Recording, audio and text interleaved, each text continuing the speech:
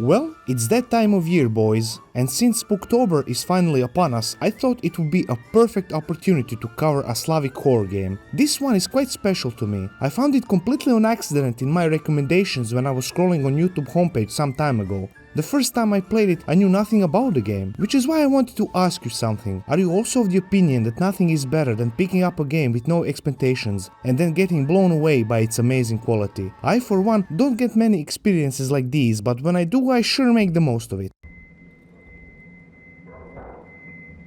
So yeah, this is Darkwood. I can describe it as a top-down horror game with survival elements. It's also very unique. I don't think I have ever played something like this before. This experience definitely reminded me of the potential that horror media has. Thankfully, Darkwood uses no jump scares. All the fear that you experience will come to you naturally. It's that kind of dread that you get when you don't know what is waiting for you in the dark corner. The fear of the unknown, if you want to be exact.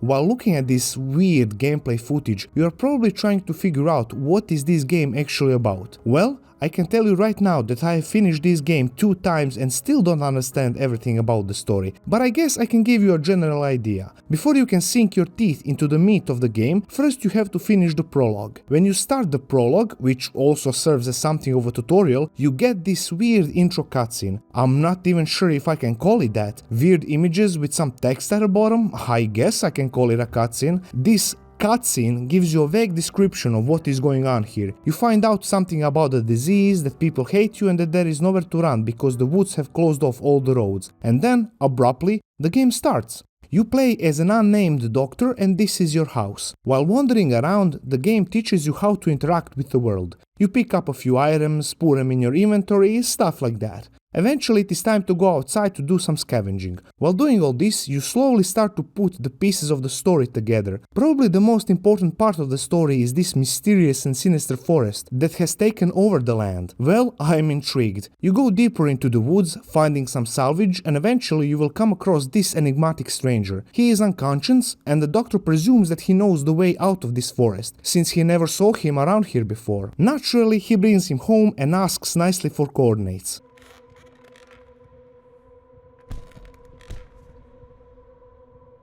After the failed negotiation, the game switches things around a bit. You now play as the stranger. You break loose from your bonds and now are free to explore the rest of the house. As you can guess, you are trying to find the doctor and give him your appreciation for his hospitality. Things start to get really strange. But eventually the doctor ambushes you, and after you beat him, you fall unconscious, and with this, the prologue ends and the real Darkwood begins.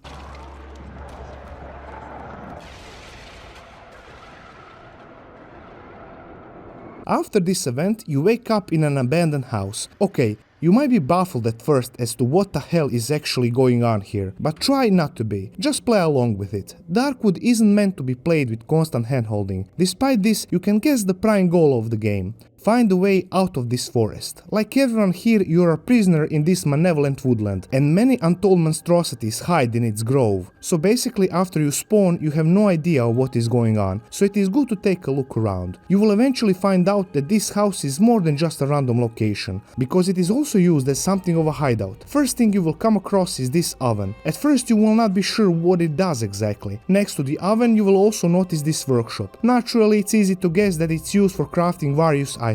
I mentioned that Darkwood is primarily a horror game that has survival elements. I said that because most of the gameplay consists of constantly looting various areas of the map. I hope you like inventory management because there's a lot of it. Quite a few items are needed if you want to survive in this grim forest. For example, you will need planks and nails to barricade the windows, fuel to keep the generator turned on during the night, and so on. This extends to ammunition and weapons. If you want to craft a good melee weapon, you will need some high-level items, most of which you will not encounter in the beginning of your playthrough. Melee weapons also need to be maintained, since they can break if they are used too much. So you can see that exploring for items is essential, but also where the game really shines. While scavenging, you will encounter these weird red mushrooms, and that is where the oven comes into play. The oven is used for extracting essence from these mushrooms. This is basically a leveling system where if you get enough essence you can get a special skill. Keep in mind that you also need to pick a bad side effect with it. As you level up more and more you will get these strange dreams. At first I thought they are somehow connected to the story, but now I don't think so. Sometimes they show a place that you will visit later on, but they are probably distant memories of the main character. In all honesty, I'm not quite sure myself. With your constant search for valuable loot, you will encounter creepy and dangerous locations, not to mention the disturbing visuals that will pile on as you progress.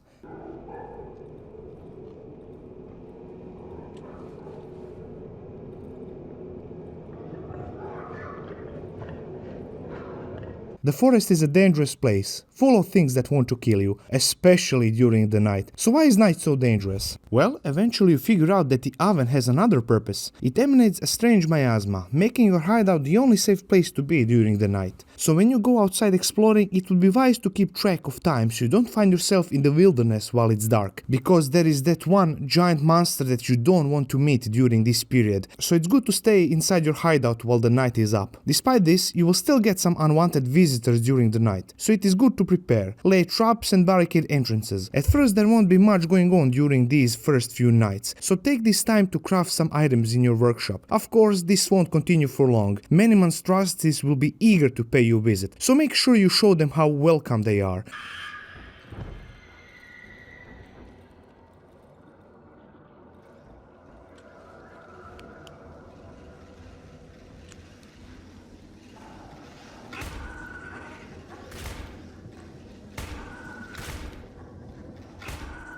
Also, these hostile monsters are not the only ones inhabiting this forest. After every night, a trader will show up in your hideout. This can help you a lot if you find yourself in shortage of specific materials. There is no money, but instead it is more like a system where you exchange items with each other. Also, there are many other NPCs in the area that might help you in a variety of ways. The bike man, for example, can help you transfer items between hideouts. Also, while visiting various locations, you will inevitably come across different characters that might give you a better idea of how to proceed with the story. Other NPCs might not be hostile at first, but you can sense they have concealed agendas. But don't worry, that will be the last of your worries. So how is combat? Very direct. Good timing and positioning is the key. Before attacking, all of your weapons first need to be prepared for a swing. This can take up to few seconds depending on a weapon, so having a timed attack is what separates a good player from a dead one. Some enemies are slow and need time to strike, while others are so fast they can kill you in an instant if you don't coordinate effective defense swiftly. Knowing your enemy is half the battle. If you have memorized their attack pattern, it is easier to counter them. But no matter how knowledgeable you are, the combat can still be very difficult. This is where ranged weapons come in handy. They give you a massive advantage in most situations. Don't get too attached to them, because bullets are scarce and can be crafted, so use sparingly. The cone that you see in front of the player represents a vision. If something is outside of the set cone, you won't see it. That means that an enemy can sneak up on you if you are careless. Listening to the environment is just as important as looking at it. Thankfully, the sound design is remarkable. The ambient noise is something that must be heard to be fully appreciated.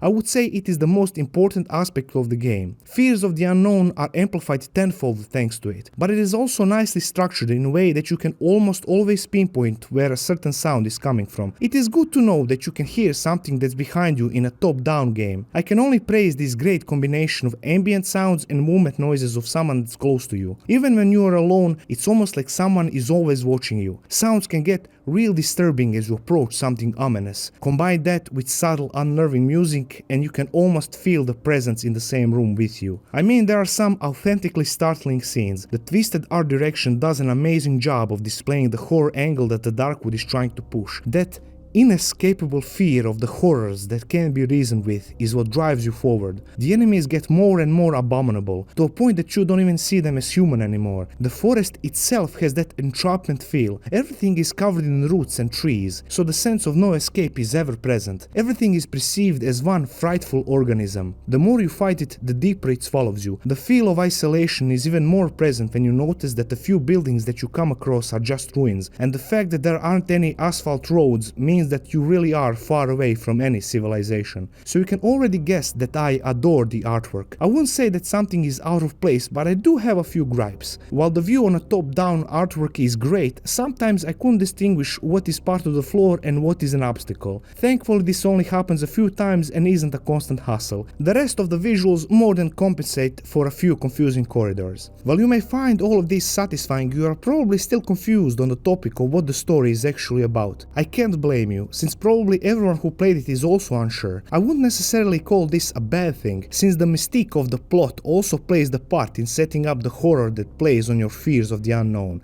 Not knowing the enemy is what makes him scary. Eventually you can consider the forest itself to be the main antagonist, but how does one fight it? Even if you do something that seems like a victory, you can never be sure how this affects the end goal. Does killing its creations make any difference? While we are on this topic, how the forest exactly transforms humans into monsters is never quite explained. Like I said before, they are not the only ones inhabiting this forest. Many wacky characters have their own history and roles to play. They can be deformed outcasts or normal looking individuals. Some of them are crucial in progression of the story, while others are here to give you a helping hand and share some information about the history of this place. Like this guy, his name is Piotrek. He has some strange contraption made out of junk in his backyard that he says is actually a rocket. He explains that it is almost finished, but before that he needs a few important items to make it functional. Naturally, these items can be found in an abandoned tractors? How does someone make a space rocket out of tractor parts? I mean, you can already guess that this poor half-wit is delusional, but I think that it shows exactly how this forest influences a human mind. This nightmare amplifies the derangement and madness of everyone in it. So when you find all the items and give them to Piotrek, you can come back after some time to find the rocket in the exact same place. Wait, what the fuck?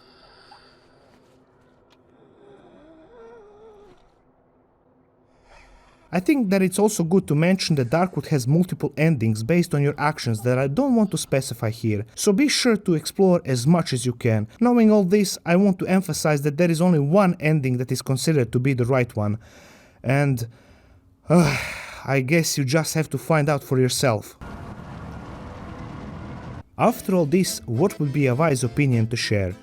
Is there one? I think that we can all agree that there is something intriguing about a good mystery. I like to look at Darkwood as something like that. It is one hell of a rabbit hole that you want to see the end of. There is just so much stuff that I want to talk about but can't because of spoilers. Despite mind-numbing inventory management, I think it is a good addition to anyone's library. Give it a try if you haven't already. It's a perfect game for October. And for the love of God, don't enable additional content. It breaks immersion too much and it doesn't give you anything of value.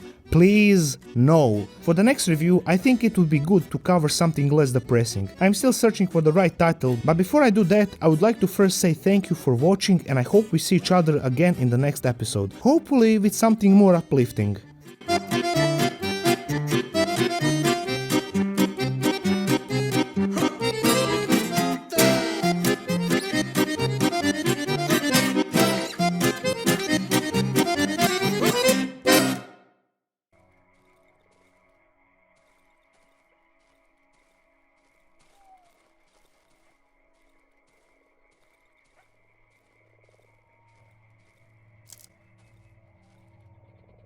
Holy shit, that is brutal.